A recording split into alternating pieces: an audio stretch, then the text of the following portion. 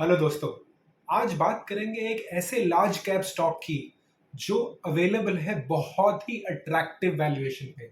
जी हाँ, ऐसा मौका स्टॉक मार्केट में बहुत कम देखने को मिलता है। तो आप बने रहिएगा, इस वीडियो में सारी बातें करेंगे। और इस स्टॉक का नाम है HDFC बैंक लिमिटेड। मेरा नाम है सिद्धार्थ और शुरू करते हैं आज का एपिसोड चालाक इन्वेस्टर का।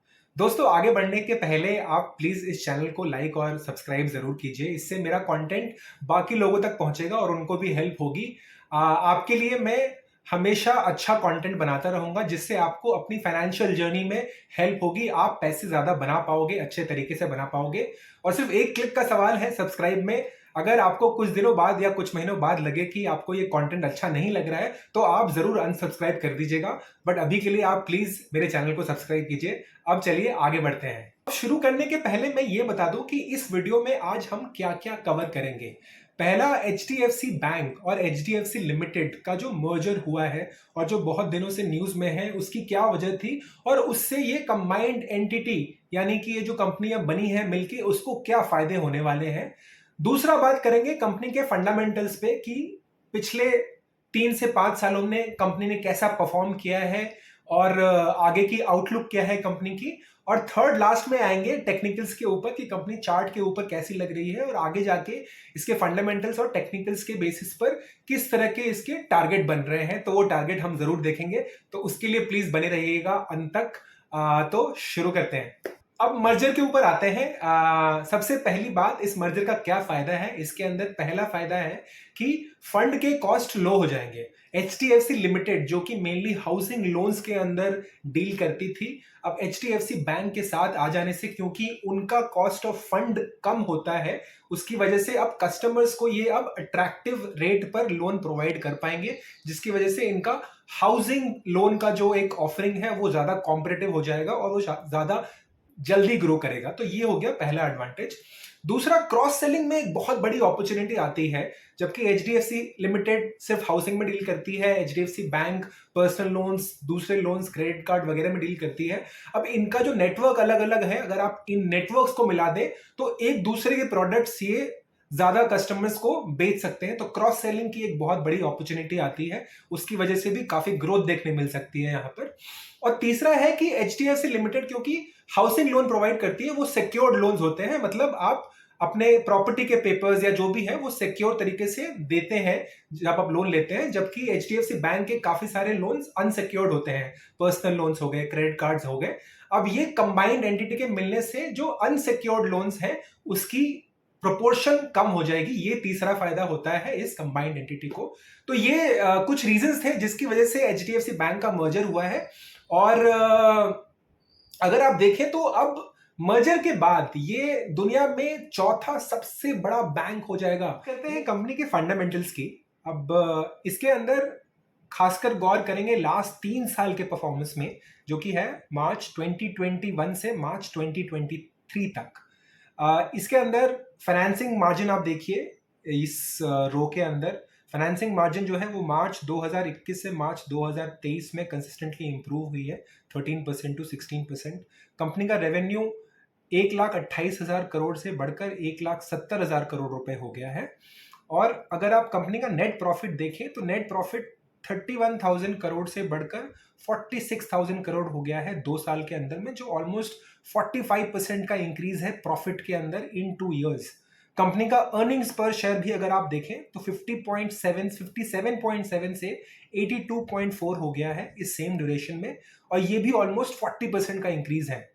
अब गौर करने वाली बात यह है कि 2 साल में जबकि कंपनी का प्रॉफिट 45% से इंक्रीज हुआ है ऑलमोस्ट, क्या ये इंक्रीज जो है शेयर प्राइस में रिफ्लेक्ट करता है? क्या ये जो फंडामेंटल्स में इंप्रूवमेंट है कंपनी के, क्या वो शेयर प्राइस में रिफ्लेक्ट करता है? अब आइए ऊपर देखते हैं शेयर प्राइस के चार्ट को। अब ये लास्ट 5 साल का चार्ट है कंपनी के शेयर प्राइस का। अब जैसे हमने बात की थी मार्च 2021 से अभी मार्च 2023 तक की, तो हम मार्च 2021 के लिए एक फेब के इस प्राइस को प्रॉक्सी मान लेते हैं। अगर आप 5 फरवरी 2021 को देखें तो कंपनी का शेयर प्राइस 1597 था, जो कि ऑलमोस्ट 1600 रुपए है। और अगर आप अभी तक आ जाएं ऑलमोस्ट 2.5 साल बाद, 16 जून के मैं प्राइस की बात कर रहा हूं, अगर आप स्क्रीन पे देखें तो वो वापस 1600 रुपए था। इसका मतलब 2.5 साल में कंपनी के शेयर प्राइस में कुछ भी चढ़ाव नहीं आया है, लेकिन कंपनी ने काफी अच्छा परफॉर्म किया है। तो ये एक पहला स्ट्रॉन्ग पॉइंट है जो हमको बताता है कि कंपनी अंडर वैल्यूड है। दूसरा, कंपनी अंडर वैल्यूड है कि नहीं उसके लिए हमको देखना चाहिए पी रेशियो। तो मैं यहां पर पी रेशियो पे क्लिक कर देता हूं और पिछले 10 साल का ही देख लेते हैं P ratio. By the way दोस्तों, ये जो मैं अभी टूल यूज कर रहा हूँ एनालिसिस करने के लिए, उसको स्क्रीनर बोलते हैं। इसका एक पेड वर्जन भी है। करंटली मैं जो यूज कर रहा हूँ वो एक फ्री वर्जन है। तो ये सारी एनालिसिस आप हर स्टॉक की खुद से कर सकते हैं। काफी एक वैल्यूएबल टूल मुझे लगती है ये। अब यहाँ पे आप कंपनी का शेयर प्राइस देखिए, जो पी है, पी का एवरेज अगर आप देखें यहाँ पर तो 25 के आसपास है, 25.4 है पी का एवरेज, और करंट पी 21 पे ट्रेड कर रहा है। तो खुद के एवरेज के हिसाब से तो ये कम है ही। अगर आप इनका पीक भी देखें रिसेंट ईयर्स में, अक्टूबर में इसने 28.4 का पीक बनाया था, जनवरी में इसने 28.6 का पीक बनाया था। इनफैक्ट अगर आप कोविड के पहले देखें तो 34 का ऑलमोस्ट पीक बना चुकी है ये शेयर। तो उस हिसाब से प्राइस टू अर्निंग्स रेशियो के हिसाब से डेफिनेटली अंडर वैल्यूड है कंपनी। तो अब 2 रीजन हमको दिख गए हैं जिसके वजह से कंपनी के शेयर प्राइस में डेफिनेटली इंप्रूवमेंट आना चाहिए पिछले कुछ सालों के हिसाब से। अब एक कॉम्पिटिटिव व्यू देख लेते हैं। HDFC बैंक का जो करंट पीई है वो 21.07 है, और अगर आप कोटक और एक्सिस से कंपेयर करें तो इनका पीई डेफिनेटली काफी कम है। इनका जो ईपीएस है वो स्ट्रांग है और उसकी ग्रोथ के हिसाब से पीई रिलेटिवली और भी कम दिखाई देता है। तो ये तीसरा रीजन है जिसके वजह से हम ये कह सकते हैं कि कंपनी अंडर वैल्यूड है। तो ये ओवरऑल फंडामेंटल्स हो गए कंपनी के। अब हम लोग चलते हैं टेक्निकल्स के ऊपर। तो HDFC बैंक के थोड़े टेक्निकल्स देख लेते हैं। दोस्तों ये चार्ट जीरोधा पे मैंने ड्रॉ किया है। अगर आप देखें तो वही पहली बात तो ये करूंगा कि अगर आप फेब्रुअरी से देखें, फेब्रुअरी 2021 टू जून 2021, तो ऑलमोस्ट शेयर के प्राइस में कोई डिफरेंस नहीं आया है, और ऊपर से यहाँ पे काफी कंसोलिडेशन देखने को मिला है। तो ये एक शोल्डर पैटर्न आपको दिख रहा होगा। इसके बेसिस पर अब यहाँ पर एक ब्रेकआउट आते हुए दिख रहा है कंपनी का। अब ये बहुत स्ट्रांग ब्रेकआउट नहीं है, आई थिंक कुछ और दिनों के लिए ये ब्रेकआउट हमको देखना चाहिए, but it seems like company अभी ऑल टाइम हाई पे पहुंच गई है। 52 वीक हाई को अपने उसने क्रॉस कर दिया है, एंड होपफुली यहाँ के बाद एक ब्रेकआउट आएगा कंपनी का अच्छा स्ट्रांग, और कंपनी में तेजी देखने को मिलेगी। दूसरा एक ये देखेंगे कि इसके पहले भी क्या ऐसे हुआ है कंपनी के शेयर प्राइस में कि कंसोलिडेशन हुआ हो और उसके बाद कंपनी ने ब्रेकआउट करके काफी मुनाफा कमा के दिया हो लोगों को शेयर प्राइस के अंदर। तो एक इस पीरियड के अंदर आ जाते हैं। आप देखें ये पीरियड है ऑलमोस्ट आपको 2015 जनवरी बेसिकली से आपको आ जाता है मई 2016। तो ऑलमोस्ट 1.5 साल का पीरियड है, और यहाँ पे भी एक फ्लैट रिस्पॉन्स था कंपनी का शेयर प्राइस के अंदर, और यहाँ पे भी कंसोलिडेशन आपको देखने मिल रहा है। अब इस कंसोलिडेशन के बाद अगर आप देखें तो एक बहुत ही ज्यादा स्ट्रॉन्ग रैली बनी थी कंपनी के शेयर के अंदर, और ये देखते हैं कितनी स्ट्रॉन्ग रैली थी। यहाँ पर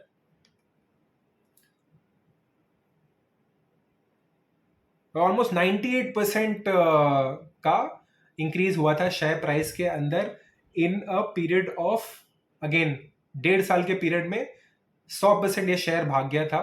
तो उस तरह का ही एक पैटर्न हमको यहाँ पे देखने को मिल रहा है जहाँ पे कंसोलिडेशन हुआ है, और साथ ही साथ शेयर प्राइस जो है वो अंडर वैल्यूड लग रहा है। एक लार्ज कैप कंपनी है, बहुत स्ट्रॉन्ग सॉलिड कंपनी है। तो दोस्तों कंपनी हर तरीके से सॉलिड लग रही है। टेक्निकल्स देख लीजिए आप, चार्ट पे अच्छे पैटर्न्स बन रहे हैं, ब्रेकआउट होता हुआ दिख रहा है। आप फंडामेंटल्स में देखें तो पिछले 3 सालों 4 सालों में हर पैरामीटर के ऊपर अच्छी ग्रोथ हुई है। आप प्रॉफिट की बात कर लीजिए, ईपीएस की बात कर लीजिए, और मर्जर की वजह से बहुत सारी सिनर्जीज तो आएंगी ही, जिसकी वजह से कंपनी बहुत स्ट्रांगली ग्रो करेगी इन द फ्यूचर। अब share price definitely under valued है, बट इसका टारगेट क्या होना चाहिए अगले 1 से 2 साल के अंदर, तो ये बात करेंगे। अब काफी सारे लोग इसको टेक्निकली एक कॉम्प्लेक्स तरीके से कैलकुलेट करते हैं, बट हम एक सिंपल कैलकुलेशन करेंगे। हमने देखा था कि 2021 से 23 में जो अर्निंग्स पर शेयर है कंपनी की, वो 40 से 42% तक इंक्रीज हुई थी। लेटेस्ट जो ईपीएस है कंपनी की इन FY23, वो 82.4 है। अब साथ साथ कैलकुलेट करते हैं, ठीक है? मेरे मेरे हाथ में मैंने अपने फोन ले लिया है, उसी पे मैं कैलकुलेट करूंगा। आप भी साथ साथ कैलकुलेट कीजिएगा तो आप समझ जाइएगा। तो 82.4 है अभी। अब 2 साल में मान लेते हैं, क्योंकि पिछले 2 साल में 40 से 42% इंक्रीज हुआ था ईपीएस। हम एक थोड़ा कॉन्जर्वेटिव एस्टिमेट लेते हैं, मान लेते हैं कि 40 से 42% इंक्रीज नहीं होगा, 30% ले लेते हैं। तो अगर ये 82.4 में मैं 30% का इजाफा लूं, तो कंपनी की ईपीएस FY25 में, मतलब मार्च 25 तक पहुंचते पहुंचते 107 हो जानी चाहिए, ठीक है? अब कंपनी का शेयर प्राइस क्या होना चाहिए? ईपीएस को अगर मैं उसको मल्टीप्लाई कर दूं उसके पी रेशियो से, ठीक है, उससे कंपनी का शेयर प्राइस निकल जाएगा। अब अगर आप कंपनी का अभी का पी रेशियो देखें तो वो 21 है, जो हमने पहले बात की थी। लेकिन उनका जो एवरेज पी है, जो कि काफी सालों से मेंटेन उनका एवरेज है, वो 24 है। तो मैं मिनिमम या मीडियन जो मेरा शेयर प्राइस का टारगेट है, वो मैं इस 107 के अंदर 24 से मल्टीप्लाई कर देता हूं, तो मेरा 2570 रुपए का मीडियन टारगेट आ जाता है।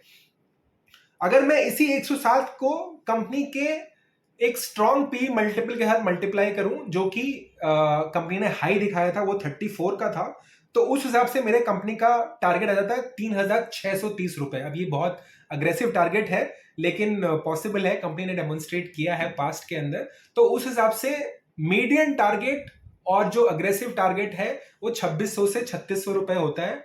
अगर मैं मीडियन टारगेट की ही बात कर लूं सिर्फ, तो वो अगर आप देख लें, 2600 को अगर आप 1750 से डिवाइड कर लें, तो मीडियन टारगेट के अंदर भी 50% का पोटेंशियल है अभी कंपनी के अंदर। लार्ज कैप स्पेस में 50% का पोटेंशियल होना 1 से 2 साल में बहुत ही सॉलिड अपॉर्चुनिटी है। सेफ कंपनी है। आप मेरे हिसाब से, मैंने तो अपने पैसे डेफिनेटली लगाए हैं इस कंपनी के अंदर। ये मेरी तरफ से एजुकेशनल एडवाइस है, इसको इन्वेस्टमेंट एडवाइस की तरह मत ट्रीट कीजिएगा। आप अपने फाइनेंशियल एडवाइजर के साथ जरूर कंसल्ट कीजिए। बट स्टॉक काफी अच्छा लग रहा है, तो आप मुझे बताइएगा, आपके हिसाब से आपने इस स्टॉक में इन्वेस्ट किया है कि नहीं किया है अभी तक? किया है तो क्यों किया है?